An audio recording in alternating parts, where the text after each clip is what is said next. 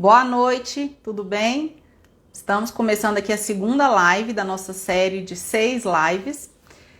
Hoje o tema é como salvar 70% a mais dos dentes. Professora, de onde você tirou essa estatística? Pela estatística do meu consultório, pela minha contagem lá, né, de dentes, uma estatística que eu imaginei. Mas eu não quero que vocês fiquem presos a esse número, eu quero que vocês se prendam à técnica. Peraí, se meu marido estiver me escutando aí na live, abre a porta aqui e vem pegar a peteca, Zeca, por favor, que a peteca tá chorando.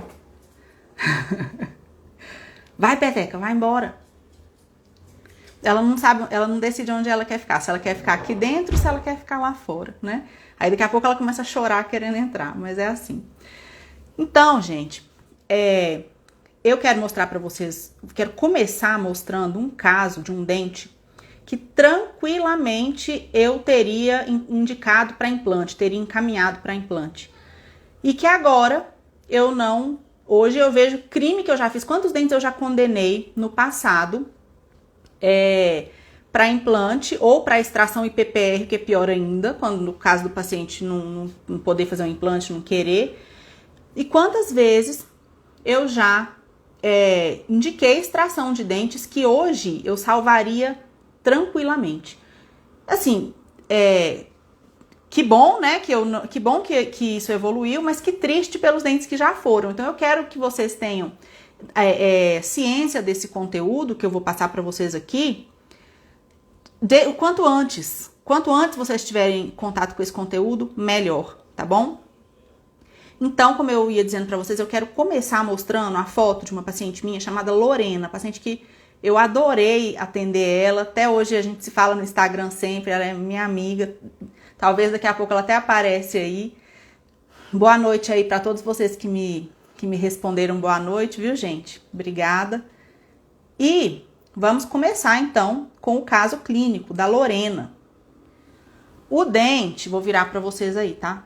O dente é o dente 25, dente 25, só que a foto foi tirada no espelho, aí tá trocado. Professora, cadê a foto? Calma, eu vou colocar a foto, gente. Deixa eu só explicar. Antes, vamos fazer um exercício de imaginação aqui.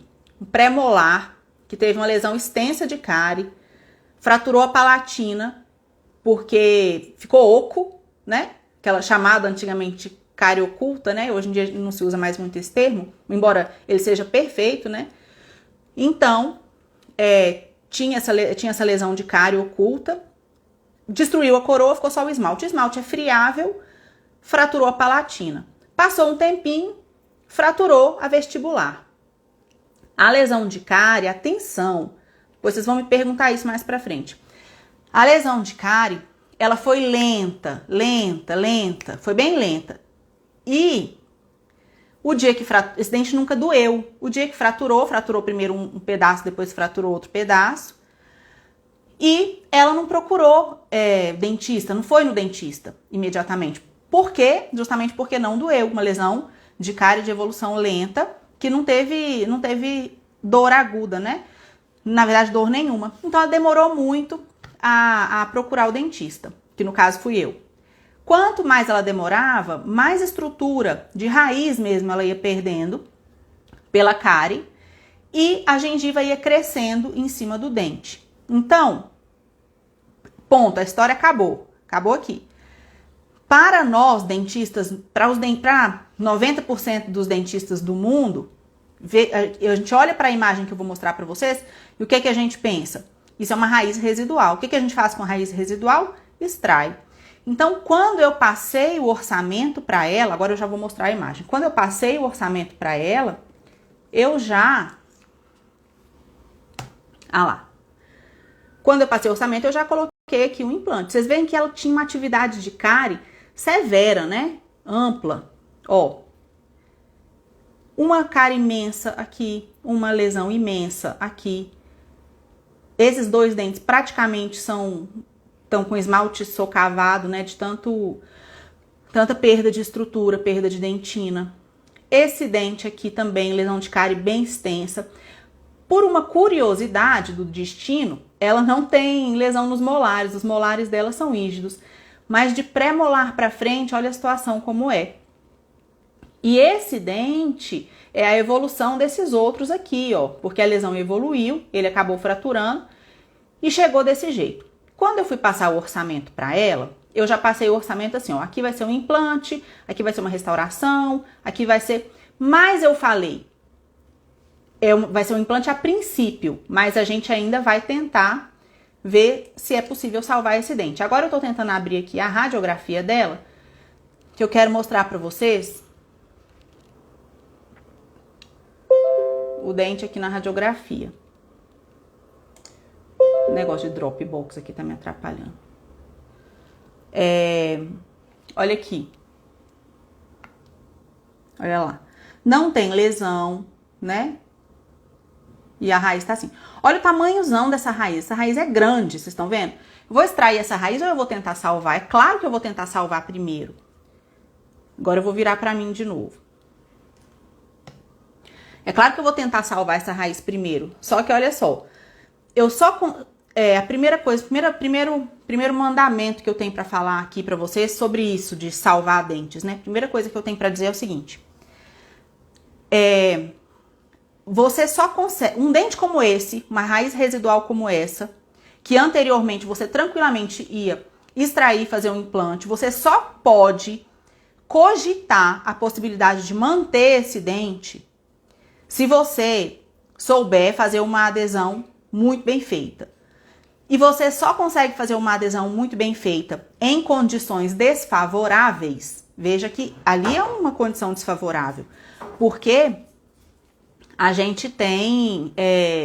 ali é uma condição desfavorável porque a gente tem gengiva por cima. A lesão, né? Não é como uma classe 1 pequenininha de um molar bonito, né? Ou uma classe 4 aqui de um central.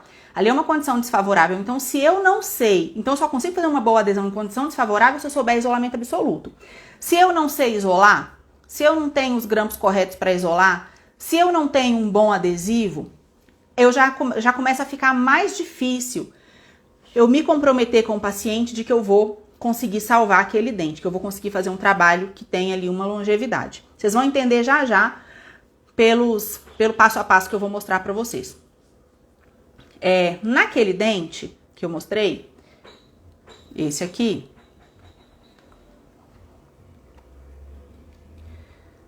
vamos fechar aqui. Nesse dente que eu mostrei pra vocês, ó, esse premolar aí, fraturado, e com essa gengiva aí, olha o que eu fiz na mesma hora. Agora já melhorou, não melhorou não? Já diferenciou aí bastante. Agora já tá melhor para trabalhar. Agora eu já começo a acreditar que talvez eu consiga salvar esse dente. O que eu fiz com aquela gengiva? Tem como isolar? Professora, tem como eu pegar um dente assim, ó, com a gengiva dessa? Tem como eu pegar essa gengiva e transferir para essa situação aqui, só com os meus conhecimentos de isolamento? Não, gente. Uma gengiva desse tamanho aqui, ó, uma hiperplasia desse tamanho aqui, você corta ela antes de isolar. Ah, professora, mas eu vou cortar, vai ficar sangrando, vai contaminar tudo. Só se você não for isolar, porque se você cortei aqui, ficou sangrando, mas aí eu venho com o meu lençol de borracha e eu isolo com um grampo correto, não existe mais isso, não tem mais sangramento. Continua sangrando, mas está sangrando lá embaixo do lençol de borracha. Estão vendo tanto que é importante a gente ter domínio do isolamento absoluto? E aí agora eu cheguei numa situação bem complicada, porque eu vejo aqui a dentina, né, o aspecto da dentina aparecendo aqui, só que aqui não tem, a câmara pulpar não está exposta, né? Aqui eu tenho a câmara pulpar preservada e, pasmem, esse dente está com vitalidade preservada. Então, esse dente está vital. Então, eu vou fazer o canal desse dente, veja bem, esse dente. Eu já falei pra vocês que eu vou salvar esse dente. Eu falar que eu vou salvar, vocês já devem estar pensando assim, gente, mas... Então tá, mas ela no mínimo é um pino e coroa, né?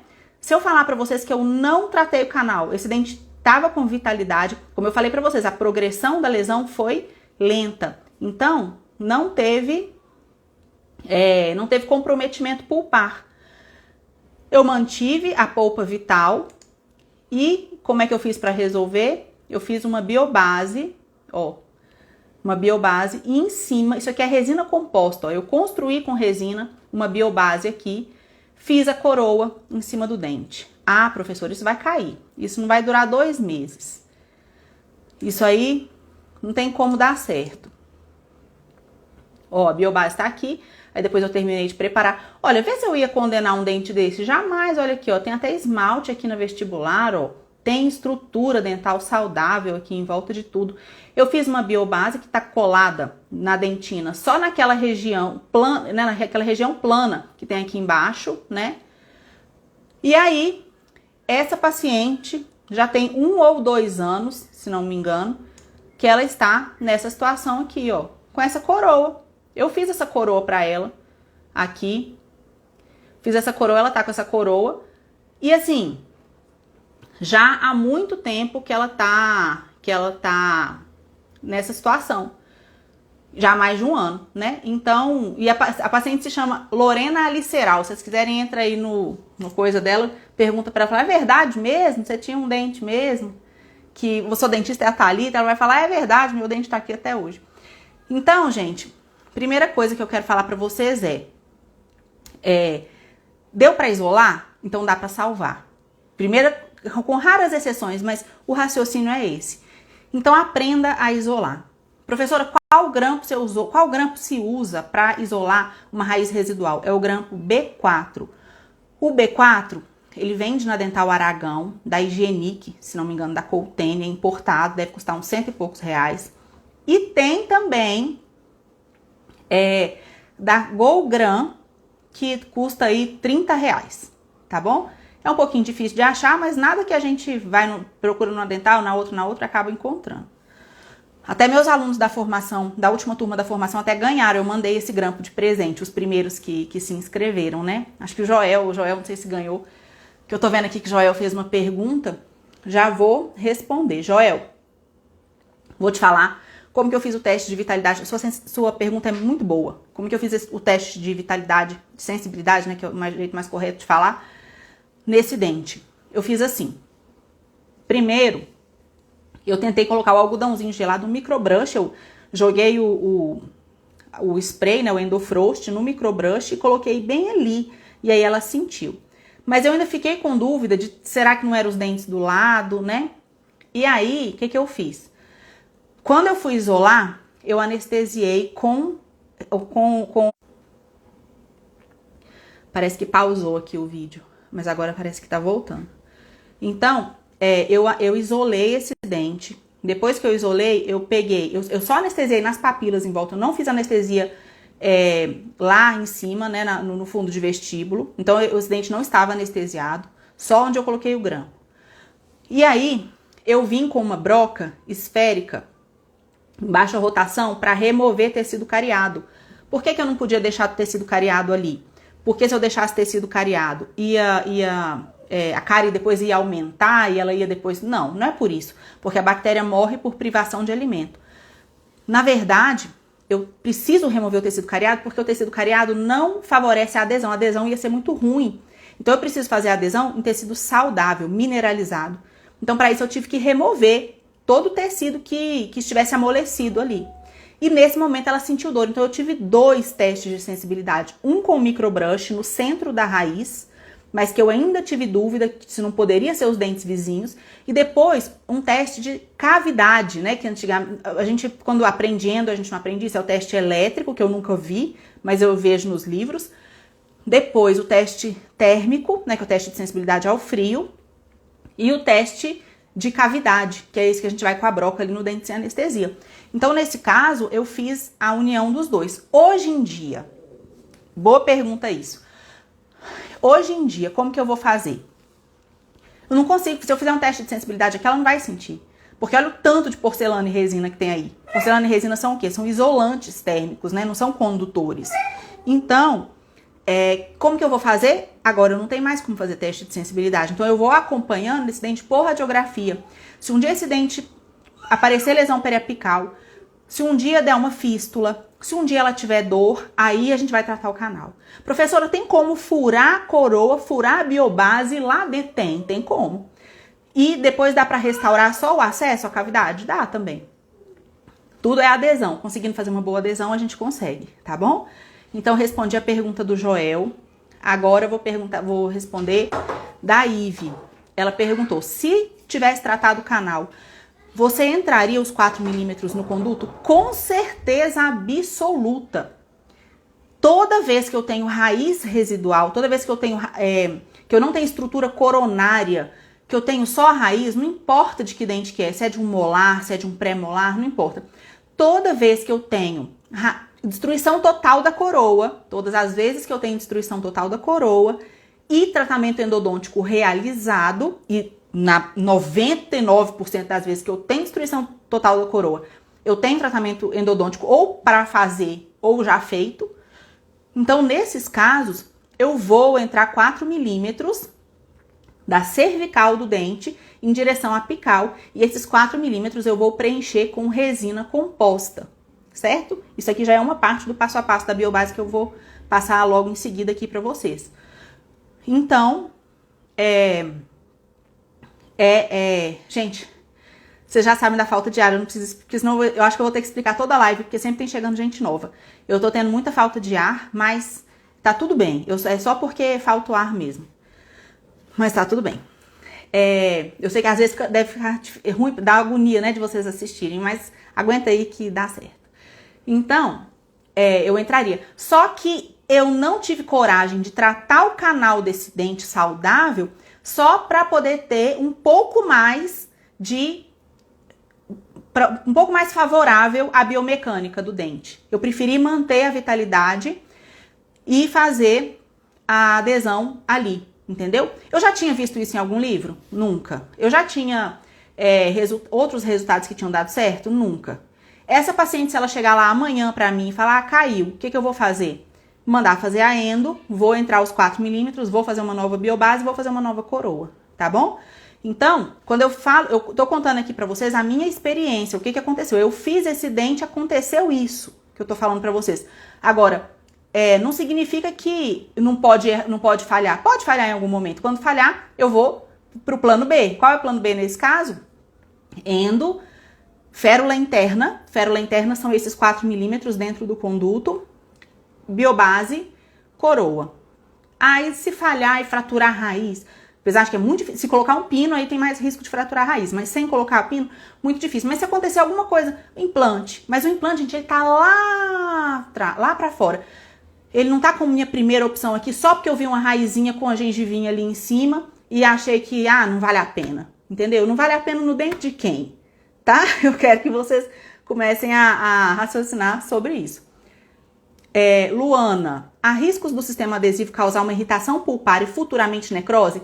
Luana, quanto mais eu estudo, quanto mais eu trabalho de acordo com o que eu tenho estudado, mais eu vejo que se você fizer uma restauração com o sistema adesivo bem aplicado, sem proteção pulpar, eu não fiz proteção pulpar nenhuma ali naquela região.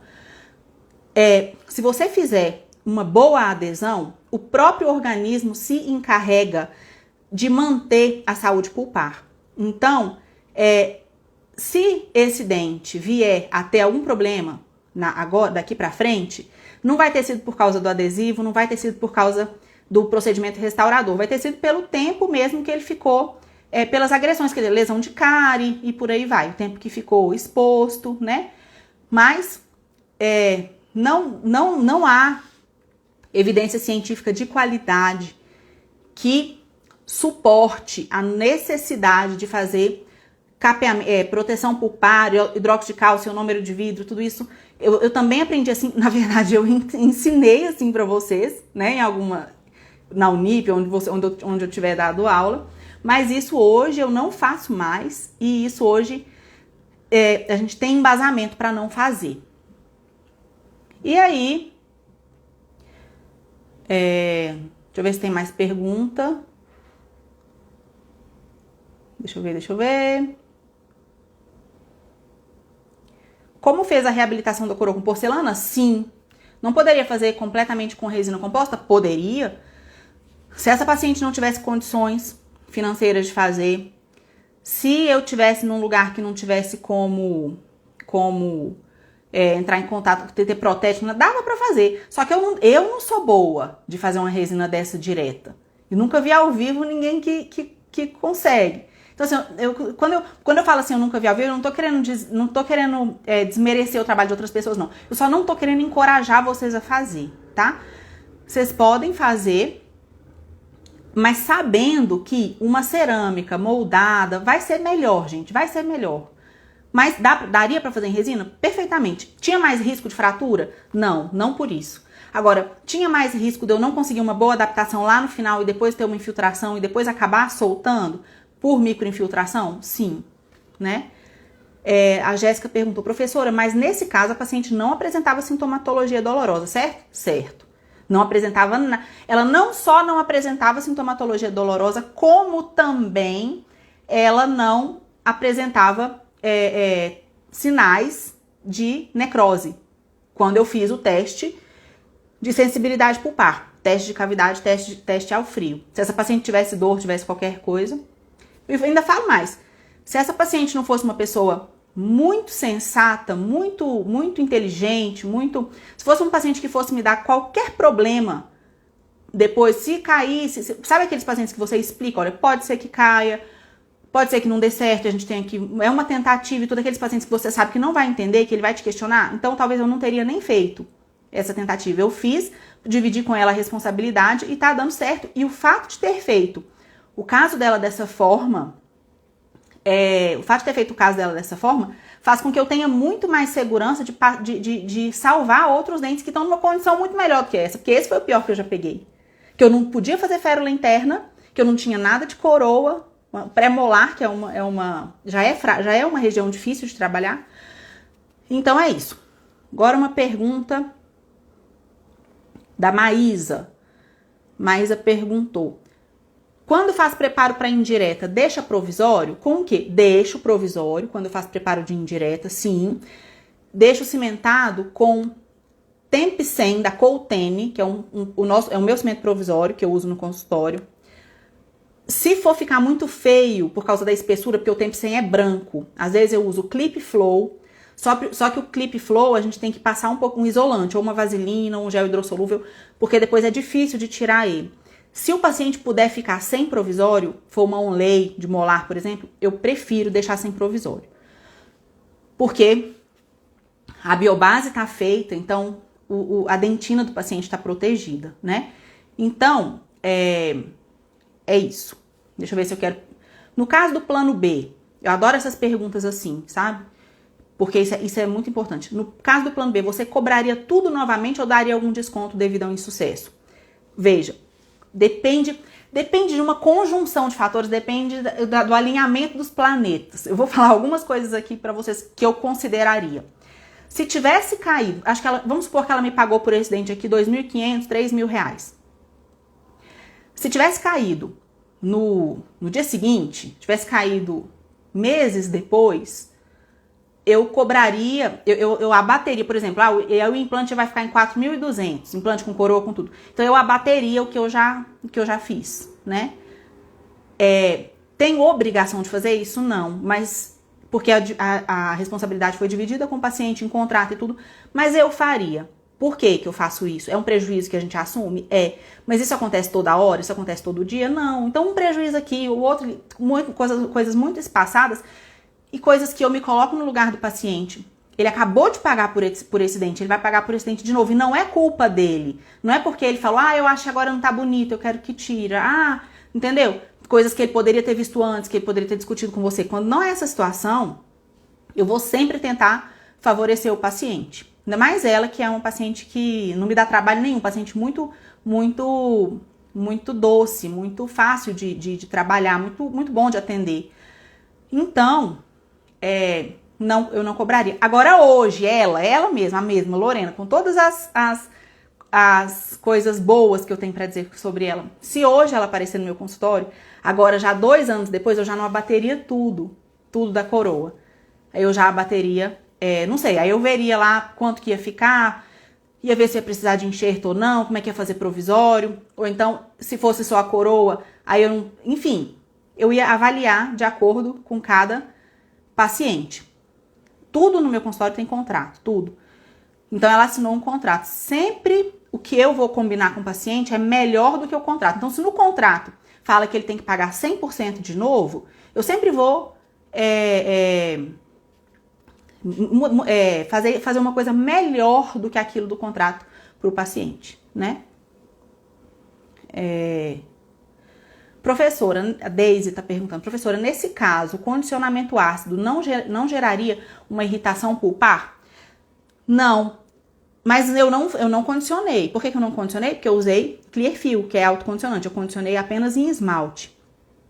Mas, se você estivesse usando um adesivo convencional, se você estiver usando universal, você também não vai condicionar. Se você estivesse usando um adesivo universal, ou um adesivo convencional, single bond, por exemplo, single bond normal da 3M, sem ser o universal, aí você ia ter que condicionar. Mas aí você condiciona 15 segundos de relógio, lava por 30 segundos ou 60, ou seja, o dobro ou 4 vezes mais o tempo que você deixou agindo ali o ácido. Então, não ressecar jamais essa dentina. Essa dentina tem que ficar úmida para não acontecer colapso das fibras colágenas e atrapalhar a adesão depois. Então, pode condicionar? Pode, mas tem que condicionar. Aí o adesivo Clearfill, o adesivo autocondicionante, é um adesivo que a gente trabalha e tem pouca chance tem menos chance de ter alguma intercorrência, uma falha adesiva. Os adesivos convencionais, eles também têm uma boa performance, igual o Clearfill. Só, não igual o Clearfill, porque o Clearfill é o padrão ouro, né? Mas, por exemplo, o OptiBond FL, que é o padrão ouro dos convencionais, tem um bom desempenho igual o Clearfill, que é o padrão ouro dos autocondicionantes. Só que para aplicar, tem muito mais coisas que você pode errar, deixar mais tempo de ácido, não lavar direito, ressecar demais. Tem muito mais armadilhas no OptiBond FL do que no Clearfill, por exemplo. Tá bom? Vocês têm que parar de pensar que ácido é que faz mal para a polpa. Na verdade, não é o ácido. Na verdade, é a falha adesiva. Aí é que... Então, adesivo mal polimerizado, como monômero residual, adesivo de má qualidade, tudo isso vai trazer problemas e não necessariamente é porque você usou o ácido ou não, né? Pronto, esgotei as perguntas, posso passar de caso. Que bom. Então, gente, é isso. O que eu quis mostrar pra vocês aqui? Eu quis mostrar que a gente consegue salvar dentes nessa situação que eu falei pra vocês, desde que a gente saiba fazer uma boa adesão, um bom núcleo de preenchimento. E o que é isso? Um bom isolamento, um bom núcleo de preenchimento. O que é isso? Isso se chama biobase. Em 2005, eu acho, aquele David Aleman, eu acho, é um dos pais da biomimética, inventou esse termo. E o que é essa biobase? Essa biobase nada mais é do que uma dentina artificial no paciente. Então é como se você estivesse recuperando aquele pedaço de dentina que ele perdeu. Claro que guardadas as devidas proporções. E aí depois você pode colocar a sua coroa ali perfeitamente. Gente, vocês que estão falando ótimo, sempre uma aula, vocês não têm noção do que vem, do caso clínico que eu vou mostrar pra vocês agora, que eu tenho certeza que vai ser muito esclarecedor. Vou virar aqui pra vocês. Ai, gente, a falta de ar é um negócio que eu vou te falar, viu? Deixa eu virar aqui,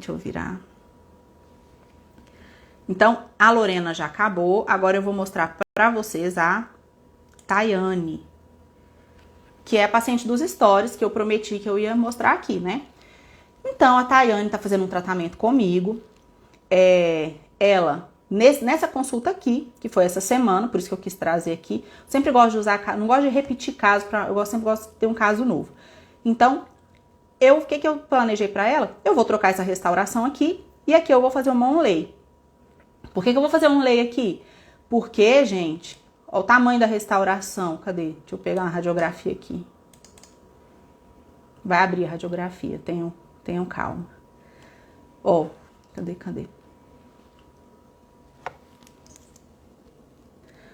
Olha lá, tá vendo? A oclusal todinha é de resina. Já no 17 não, mas o 16, ó, por isso que eu resolvi fazer uma onlay ali no 16. Tá. Então, já tá tudo, já tá definido o que eu vou fazer. E a situação é essa. Ó, são esses dois dentes aqui. Aquela foto lá é de celular, essa foto aqui é de câmera mesmo, tá bem melhor. Então, eu vou fazer uma onlay aqui. Vou fazer aqui, professora, mas aí tá trocado. É por causa que a foto foi tirada no espelho, viu, gente? Então tá. Isolei. Peraí que eu já vou colocar a foto aqui do isolamento. Cadê? Tá aqui. Então, eu vou começar a remover a restauração.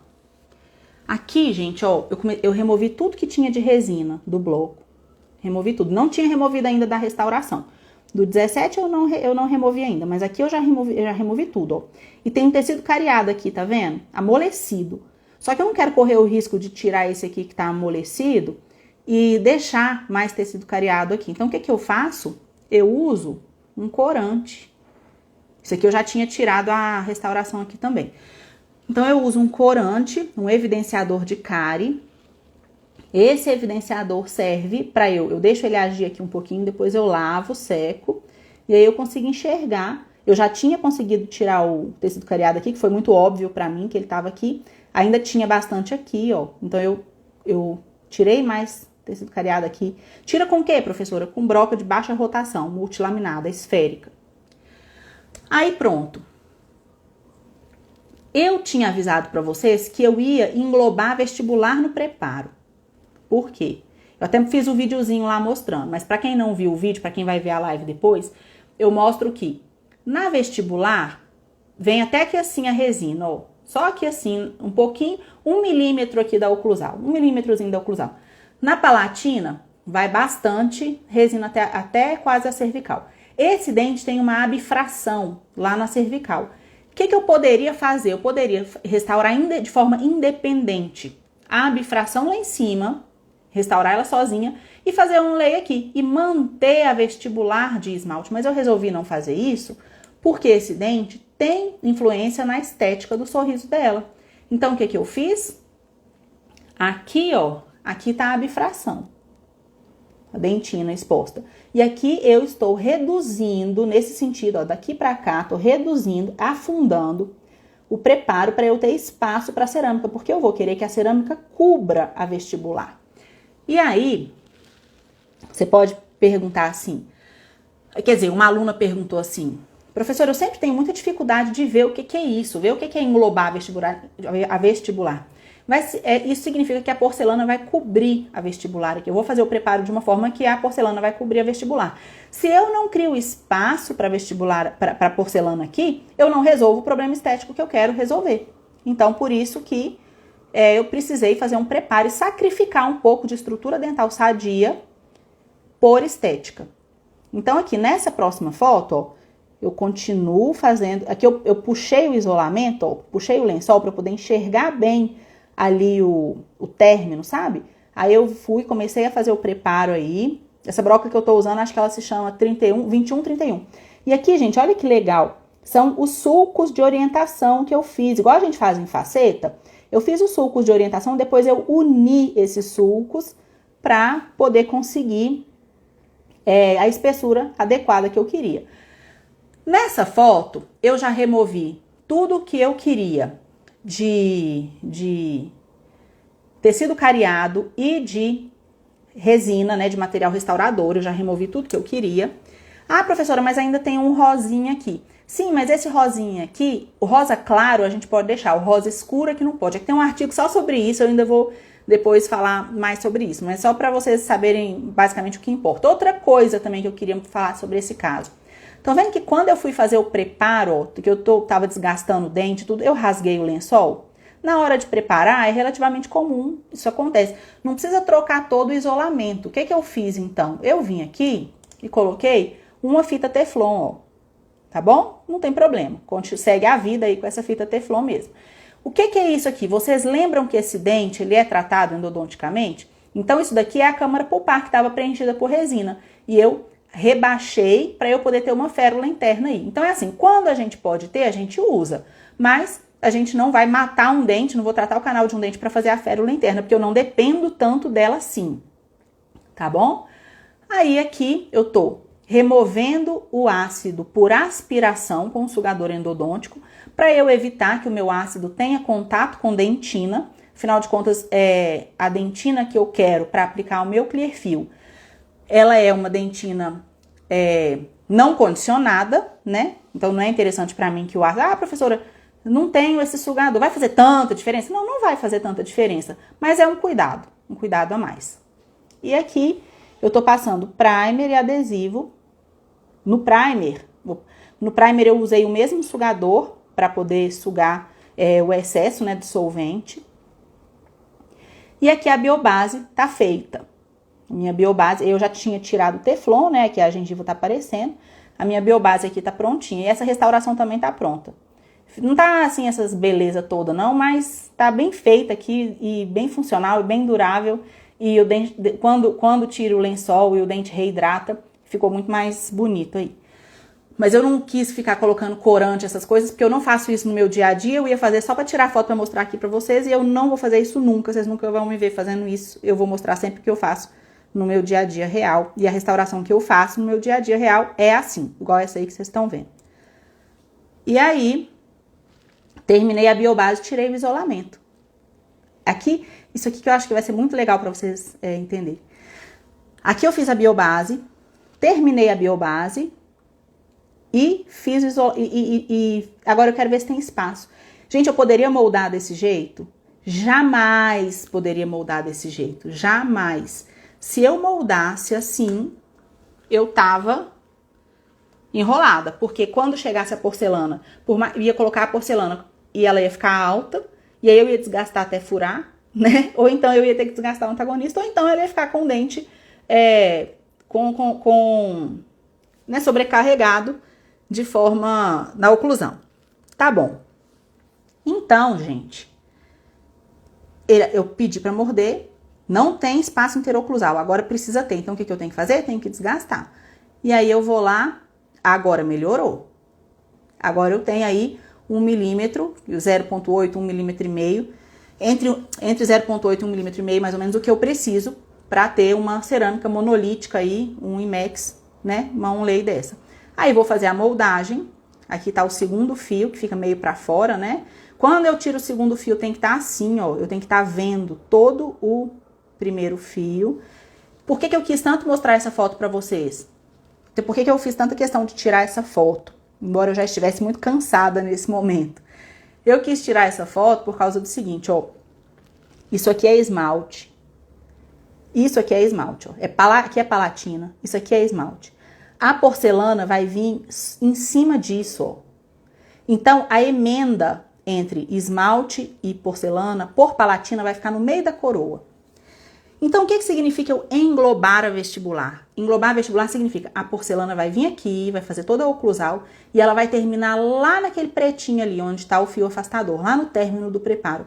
Então, não está recobrindo a lingual, está recobrindo a vestibular. Não está recobrindo a distal. A distal desse aqui, isso aqui é esmalte, vai vir aqui como se fosse uma tabletopzinha, só a oclusal. Agora aqui não, aqui vai até lá o término, vai até onde está o fio. Aqui eu não rompi o ponto de contato. Aqui eu passo o fio dental entra e sai sem romper o ponto de contato, né? Então é isso. Deixa eu voltar aqui pra mim. Peraí.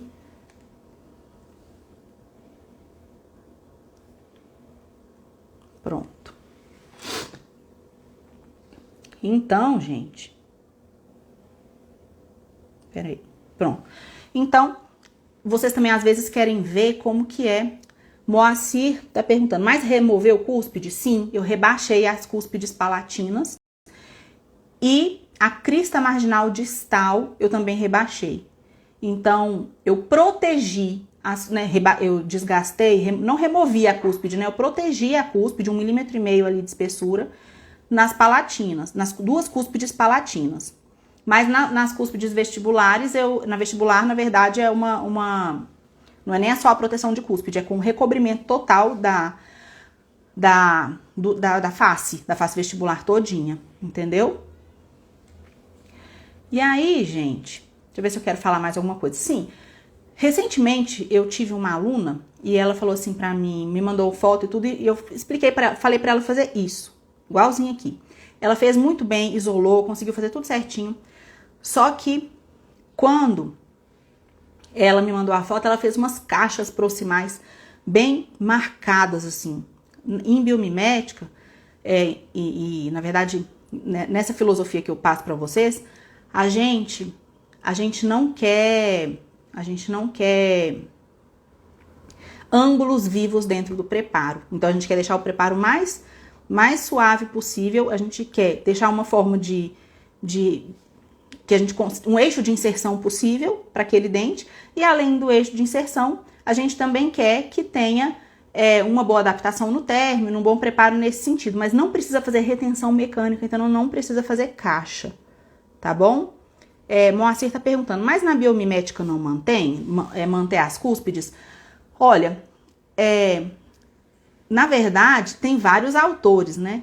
E a cúspide com menos de 1,5 mm de espessura, ela deve ser recoberta. A regra é essa. Agora, muitas vezes eu tenho dó. Por exemplo, vou te dar um exemplo. Cúspide vestibular de molar superior. Veja aí, importante para estética.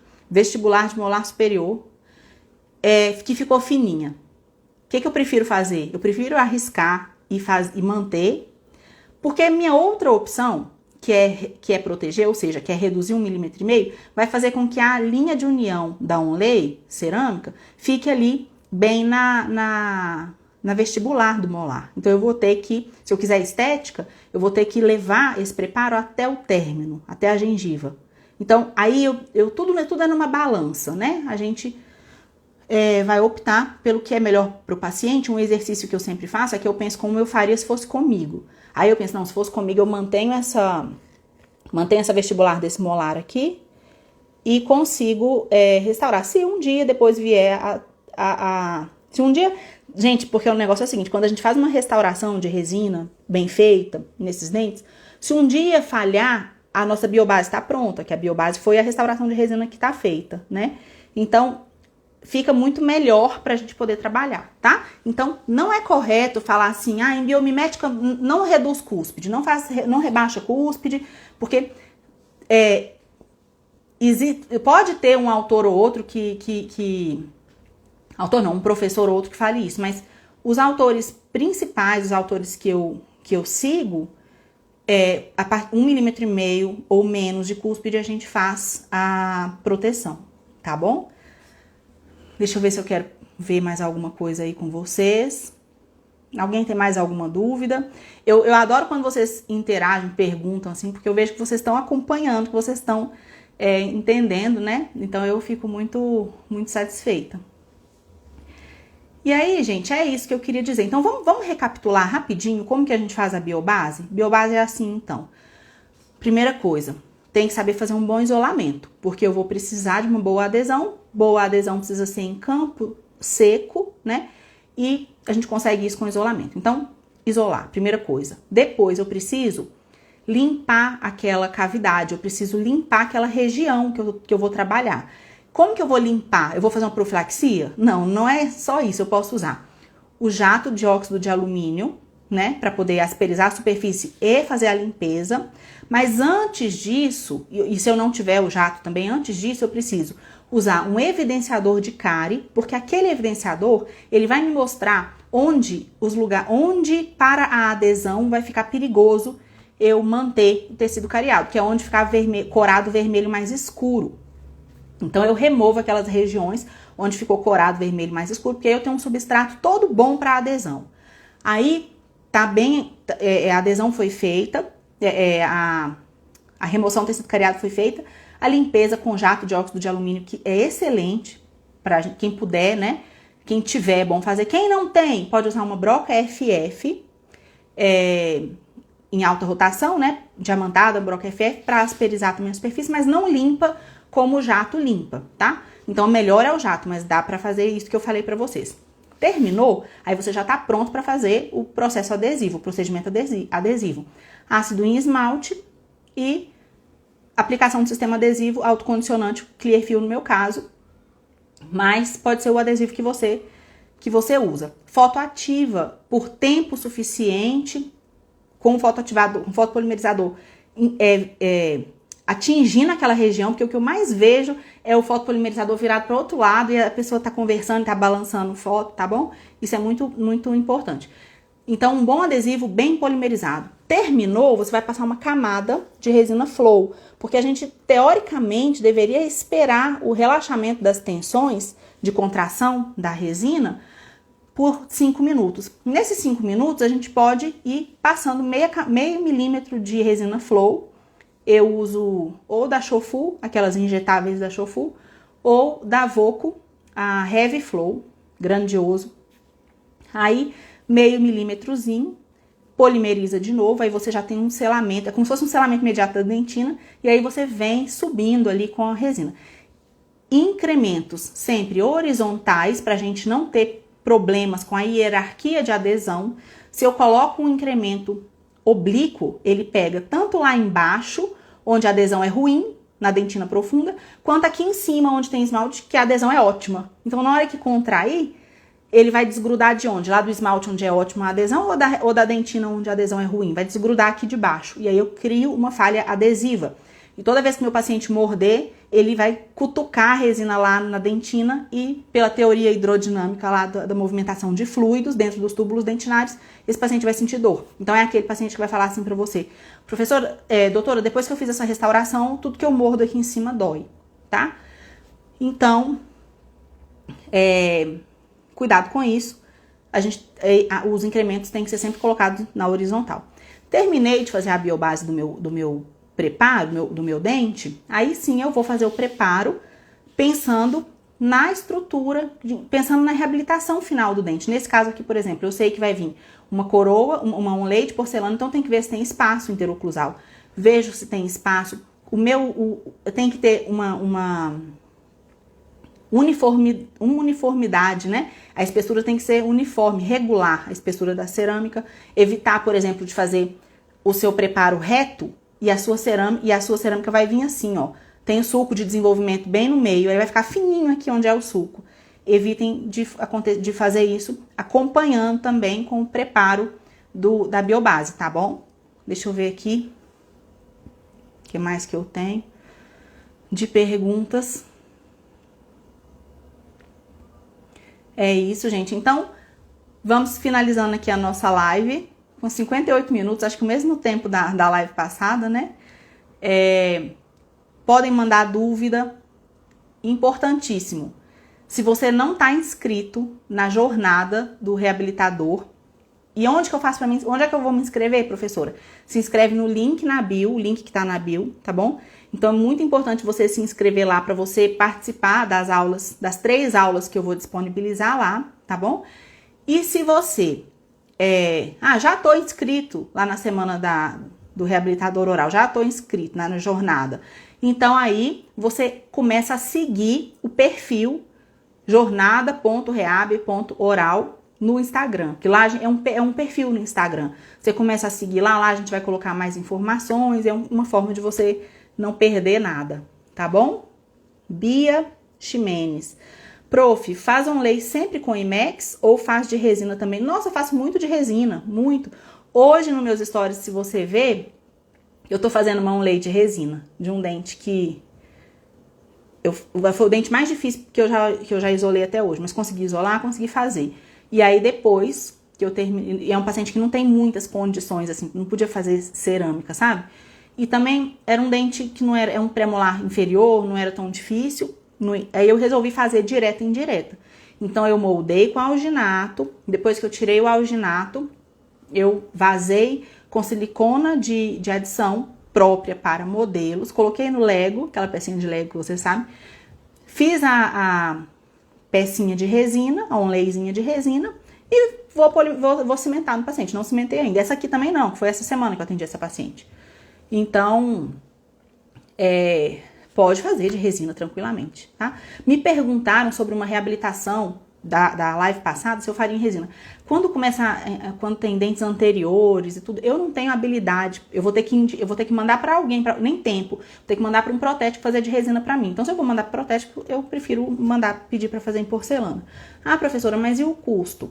Aí, realmente, se eu tiver um paciente que vai falar assim, mas eu só posso fazer de resina, eu vou me virar para ou eu mesma fazer ou pedir um técnico para fazer, mas seguindo os princípios de não, por exemplo, coisa que acontece, seguindo os princípios de não pegar a espátula, ficar molhando na água para poder modelar a resina, né? Então, a gente tem que ficar olhando assim de perto, né? O que o nosso técnico, de que forma o técnico está trabalhando a resina no laboratório. Prof, a senhora coloca a de resina no micro-ondas também? Eu não coloco. Não coloco. Eu sei que tem essa conversa aí, mas eu não coloco a resina no micro-ondas. Não tenho nenhuma justificativa. Eu poderia colocar? Poderia, mas eu sinceramente não... Eu acho que eu só faço as coisas que realmente eu acho que vai fazer grande diferença. Não só que eu acho, como também que eu leio e que eu me convenço. E essa de colocar a resina no micro-ondas, eu acho que é mais uma coisa pra gente fazer e não sei se faz essa diferença toda. Afinal de contas, é fotopolimerizado, é fora da boca, eu tenho o valo, sigo os protocolos corretos, é uma resina de boa qualidade. Então, se quiser colocar, pode colocar. Eu deveria colocar, talvez até deveria, mas falando a verdade, eu coloco? Não coloco. Hoje em dia eu não coloco. Pode ser que à medida que eu vou estudando mais, eu leio um artigo e falo, nossa, vale a pena, vou fazer isso, não custa nada, vou colocar aqui. Mas atualmente, respondendo sinceramente, eu não coloco. E alguém fez uma pergunta interessante aqui também, foi a doutora Márcia Carvalho, onde entra o Ribond nessa história? Cadê o Ribond na fila do pão? Né? Sempre tem alguém para perguntar. O Ribond, eu tenho no consultório? Tenho. Eu uso. Quando tem trinca em dentina. E aí tem trinca em dentina. Eu removo a trinca. Aí removi a trinca, não consegui remover a trinca toda. Porque eu tô vendo ali que se eu for mais um pouquinho, eu vou chegar na polpa, por exemplo. Aí eu coloco o Ribond. Pra poder evitar. Porque a trinca em dentina, a gente sabe que ela vai propagar de qualquer jeito. Porque o dente tem a micromovimentação, o paciente vai mastigar, vai apertar, porque faz bruxismo. Então, é bom mas nesse caso, eu não coloco Ribond. Ribond é caro, também acho que não faz essa diferença toda, sabe? Então, quando é um caso limite, por exemplo, ainda tá fraturada, aí eu vou colocar, mas não é uma coisa que eu use. Por exemplo, acho que só um caso até hoje que vocês já me viram usar Ribond aqui, tá bom? É que tem gente que acha que, vou fazer biomimética, vou usar Ribond. Não é bem assim, não. Você quer fazer uma biomimética bem feita? Então, aprenda a adesão, entenda a adesão. Consiga isolar. Agora, pôr resina no micro-ondas, Ribond, essas coisas, não tô falando que não é importante. É importante, mas não é principal, é secundário, tá bom? Doutora Rayane Lisboa, Thalita. Se precisar acessar um canal que está com biobase de 4 milímetros no conduto, não há perigo de trepanar o dente pela dificuldade de acesso interno? Como faria esse acesso? É mais difícil. É muito mais difícil entrar 4 milímetros no conduto do que dentro daquela resina, do que se fosse um conduto ali mais fácil, né? Mas, então isso aí é um problema. Mas quando a gente coloca o risco-benefício, na hora que vai colocar na balança, entendeu?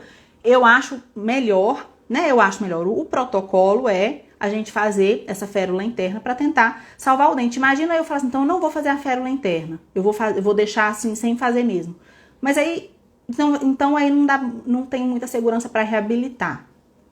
Então, vai para um implante? Aí para eu evitar de vir a ter que...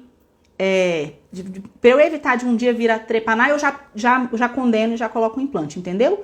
Então, seu raciocínio tá certo, realmente é mais difícil de entrar ali no conduto, o endodontista vai sofrer um pouquinho. Mas, se fosse no meu dente, mesmo assim, eu preferia, eu assumiria o risco do que fazer, por exemplo, só a biobase ali, sem entrar os 4 milímetros. Professora, mas você não entrou os 4 milímetros naquele outro paciente. Sim, naquela outra paciente, sim, mas é porque ela não tinha tratamento endodôntico. Aí, se fosse no meu dente... e eu não tivesse endo, eu preferia que fizesse ali em cima sem endo, e depois, se precisasse, aí depois faria, entendeu? Então, cada caso é um caso, cada paciente é um paciente, né? Então, é isso. Deixa eu ver o que mais que tem aqui. Pra que colocar no micro-ondas, Samara? É porque aumenta o grau de conversão, melhora. O que é o grau de conversão de uma resina? O grau de conversão é assim, quando você tem uma resina mole, você tem um monte de carbono, como se fosse um monte de bolinha de gude separada, né? Aí quando você polimeriza, essas bolinhas, elas se unem. Então, as ligações acontecem entre os carbonos, e por isso que a resina endurece. Só que tem carbono que ainda continua solto. Então é como se fosse assim, nem todas as bolinhas se unem. E aí, quando a gente põe no micro-ondas, a gente faz com que a conversão, ou seja, que o número de carbono que vai se ligar para formar o polímero seja maior. Então o polímero, que é a resina, vai ter melhores propriedades mecânicas depois de colocar no micro-ondas. Mas assim, eu já acho que para a clínica, para o que a gente vai fazer, que é colocar aquela resina na boca para o paciente mastigar, eu acho que já é suficiente a fotopolimerização, a resina de boa qualidade, tudo aquilo que eu falei com vocês. Tá errado colocar? Não, como eu expliquei também, né? Deixa eu ver aqui o que mais que eu quero falar. O ribond, no caso, seria para resina direta, né? Não, Ivy, o ribond pode ser, por exemplo, para biobase, e depois você vai moldar para fazer uma cerâmica indireta, lógico, né? Ou até para uma resina indireta ou direta e indireta. Então, o ribond, ele sempre ele é usado para uma restauração direta ou para uma biobase, que vai servir de núcleo de preenchimento para uma restauração indireta, tá bom? Dr. Arthur Massarente, bonito sobrenome.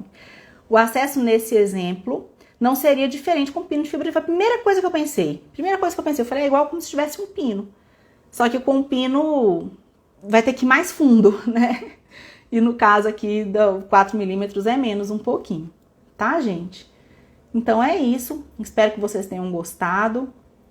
Já vou me despedindo aqui de vocês. E até a próxima live, na sexta-feira, às 20 horas. A gente se encontra aqui. E se tiverem dúvida, eu vou abrir uma caixinha de pergunta para vocês colocarem as dúvidas eventualmente que vierem dessa live. Na verdade, já tem uma caixinha aberta, então já pode colocar as dúvidas de vocês lá, perguntar o que vocês quiserem. O que quiser mandar no meu direct também pode mandar, tá bom? E estamos aí chegando na metade do nosso percurso aí dessas 6 lives que nós vamos fazer nessas 2 semanas. Doutora Marta, mas enquanto tiver pergunta eu não vou embora, né? Vocês sabem disso. Você pode usar aquecedor de resina para aumentar o grau de conversão de monômeros em polímeros na confecção das peças em resina indireta. Não entendi. A resina, ela vai ter um grau de conversão. Peraí, eu não entendi. É porque eu comecei a prestar atenção nas outras perguntas que vieram aqui. Mas está escrito aqui, peraí. Sim, o aquecedor a resina aquecida. Existem alguns artigos que falam que a resina aquecida, que é a resina que eu uso para cimentar meus casos, eu uso a Z100 aquecida. Então, por ela estar aquecida, ela teoricamente teria um grau de conversão melhor.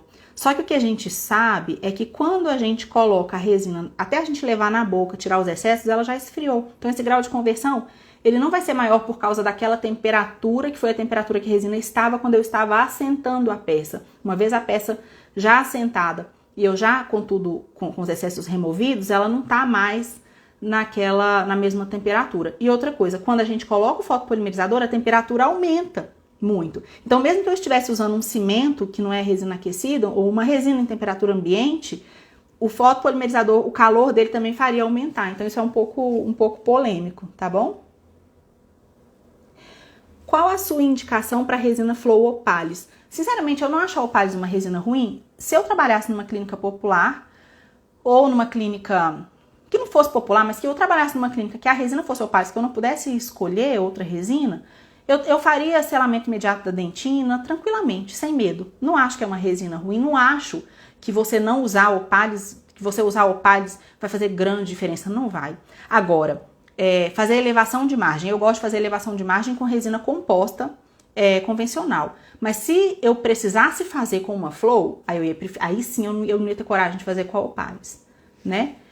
Mas é isso. Doutora Ive Rossini está perguntando, como você leva a resina dentro do canal? Eu levo a resina dentro do canal em temperatura ambiente, nada de resina aquecida nem nada, e eu coloco a resina com um microbrush fininho, de 1 em 1 milímetro, são incrementos curtinhos assim, rasos, né? Não rasinhos, E é fácil, porque 4 milímetros você olha, você enxerga até o final, tanto que a luz tem que passar, a luz tem que polimerizar aquela resina ali, né? Então, é fácil de colocar, é fácil de enxergar, é bem tranquilo, tá bom? Não é como colocar uma coisa lá dentro de um conduto lá no final, uma endo, por exemplo, uma obturação de endo. Não, não é assim. Gente, então eu vou embora antes que vocês façam mais perguntas, tá bom? Porque eu depois vocês podem fazer que eu respondo. Porque já vai por causa do horário aqui, tá bom, gente? Então, muito obrigada. Uma boa noite pra vocês, um bom dia de trabalho amanhã. E a gente se encontra sexta-feira. Sexta-feira eu quero ver quem vai estar aqui. Quero ver quem vai estar aqui sexta-feira, 8 horas da noite. Quem tiver merece um prêmio. Tá bom, gente? Então, um beijo e até a próxima.